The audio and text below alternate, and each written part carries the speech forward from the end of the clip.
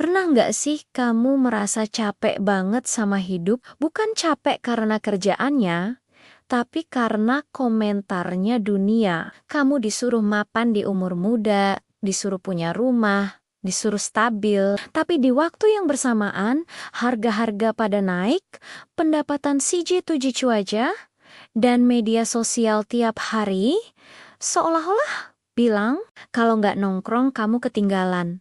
Kalau nggak healing, hidupmu kurang bahagia. Kalau nggak jajan, kamu kurang merdeka. Dan akhirnya muncullah satu tuduhan klasik, Gen Z boros. Uangnya habis buat konser, kopi viral sama maca. Tapi benar nggak sih masalahnya cuma di situ? Menurut saya menyalahkan Gen Z karena nggak bisa beli rumah itu mirip kayak menyalahkan abang ojek gara-gara cuaca panas. Why I mau? Masa kamu mau minta abang ojeknya geser matahari biar adem? Ada hal-hal yang memang di luar kendali kita, dan sama seperti itu, kondisi finansial sekarang itu bukan cuman soal siapa yang kebanyakan jajan. Ada survei dari IDN Research Institute yang bilang kalau 64% Gen Z di Indonesia itu lagi kena stres finansial. Pemicunya banyak. Inflasi, gaji yang stagnan, lapangan kerja yang seret, tekanan dari media sosial, gaya hidup lingkungan, bahkan sampai kondisi global. Jadi, ini bukan sekadar soal maca atau tiket konser. Masalahnya jauh lebih besar dari itu. Coba deh, bayangin, gaji kamu imut-imut, lucu, hangat di tangan, tapi cepat sekali hilang pas tanggal tua. Lalu, di saat yang bersamaan, kamu disuruh mikirin, gimana caranya punya rumah 500 juta? Atau gimana caranya pensiun tenang? Atau gimana nabung kalau tiap hari harga-harga pada naik? Kalau kamu merasakan ini, kamu bukan gagal. Kamu cuma hidup di era yang memang lebih berat. Dan itu normal banget. Tapi, di balik semua hal yang nggak bisa kita atur, ada satu bagian hidup yang masih bisa kita pegang erat-erat. Kebiasaan kecil kita. Kita nggak bisa mengatur ekonomi, nggak bisa mengatur kurs dolar, nggak bisa minta harga properti tiba-tiba turun. Kita juga nggak bisa minta perusahaan untuk tidak melakukan layoff.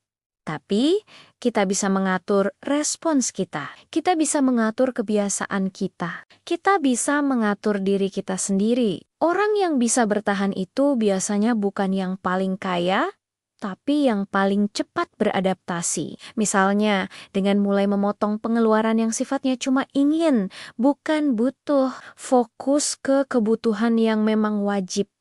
Mulai cari side hustle kecil-kecilan, mengurangi kebiasaan belanja impulsif gara-gara FOMO, atau bahkan mulai mencatat uang keluar masuk, meskipun itu cuma recehan. Ini semua hal-hal sepele, tapi dampaknya bisa mengubah hidup kamu dalam 5-10 tahun ke depan. Sekarang kita bahas media sosial. Ini bukan lagi cuma hiburan. Media sosial sekarang itu mesin marketing yang super halus. Riset dari Nielsen bilang, 61% Gen Z dan milenial itu membeli barang gara-gara pengaruh influencer. Bukan karena mereka butuh, bukan karena mereka punya uangnya, tapi karena takut ketinggalan. Masalahnya bukan di barangnya, tapi di alasan kenapa kita belanja. Ditambah lagi, akses finansial digital sekarang gampang banget. Bank digital, pay later, pinjaman online, investasi mulai dari 10 ribuan. Kripto, saham, semuanya tinggal klik. Ini bagus, tentu, tapi bahaya? Iya, karena tanpa literasi finansial yang cukup, semua kemudahan akses itu bisa berubah jadi jebakan. Data per April 2024 menunjukkan total utang pinjaman online sudah menyentuh 80 triliun rupiah, dan angka kredit macet dari paylater juga terus naik. Siapa penggunanya? Kebanyakan dari kalangan Gen Z. Ini bukan cuma soal boros, tapi lebih ke soal kurang siap menghadapi gempuran kemudahan finansial tanpa bekal pengetahuan yang mumpuni. Jadi, Kenapa Gen Z terlihat boros? Saya selalu bilang, Gen Z itu bukan generasi boros. Gen Z itu generasi yang lelah. Lelah dibandingkan dengan standar dunia yang kadang tidak masuk akal. Lelah cari kerja yang lowongannya sedikit, sementara saingannya banyak. Lelah melihat teman-teman seangkatan yang hidupnya di media sosial kayaknya selalu lebih keren. Jadi wajar banget kalau kamu ingin sedikit bahagia, ingin sedikit jajan, ingin sedikit refreshing. Tapi disinilah letak pentingnya senong-senong itu boleh, tapi kendalinya harus tetap ada di tangan kamu. Ada istilah baru yang menurut saya cocok banget buat kondisi sekarang. Soft saving, apa itu? Artinya, kamu tetap bisa bersenang-senang, tapi kamu juga tetap menabung, walaupun jumlahnya kecil. Nggak usah muluk-muluk. 10.000 sehari pun oke. 100.000 seminggu pun itu bagus banget. Yang penting ada progres. Ini seperti melatih otot keuangan. Dimulai dari yang kecil, lama-lama nanti akan jadi kuat. Pada akhirnya, pilihan itu selalu ada di kamu. Kamu lihat barang lucu di media sosial. Kamu bisa memilih untuk tidak membelinya.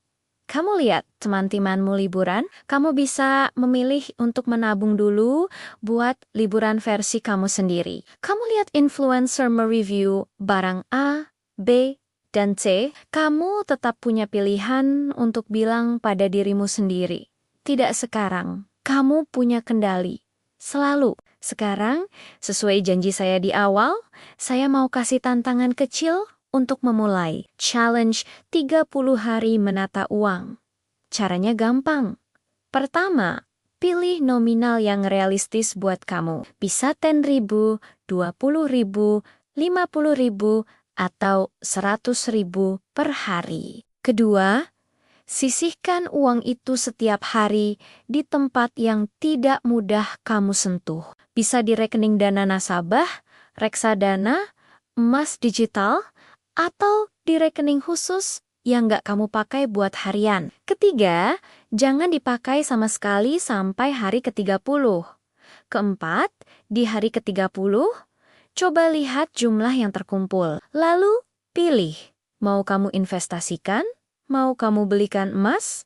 Atau mau tetap kamu simpan? Tujuan challenge ini bukan untuk bikin kamu kaya mendadak. Tujuannya adalah untuk melatih komitmenmu. Karena di dunia yang serba tidak pasti, ini komitmen-komitmen kecil pada diri sendirilah yang justru paling bisa menyelamatkan. Kita memang nggak bisa mengatur ekonomi. Kita nggak bisa mengatur harga tanah. Kita nggak bisa mengatur dunia. Tapi kita bisa mengatur diri kita sendiri. Dan itu sudah lebih dari cukup untuk memulai. Ingat, kamu yang punya uang.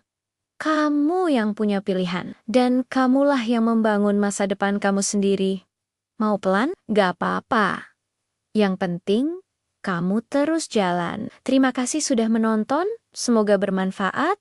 Jangan lupa subscribe ya. Sampai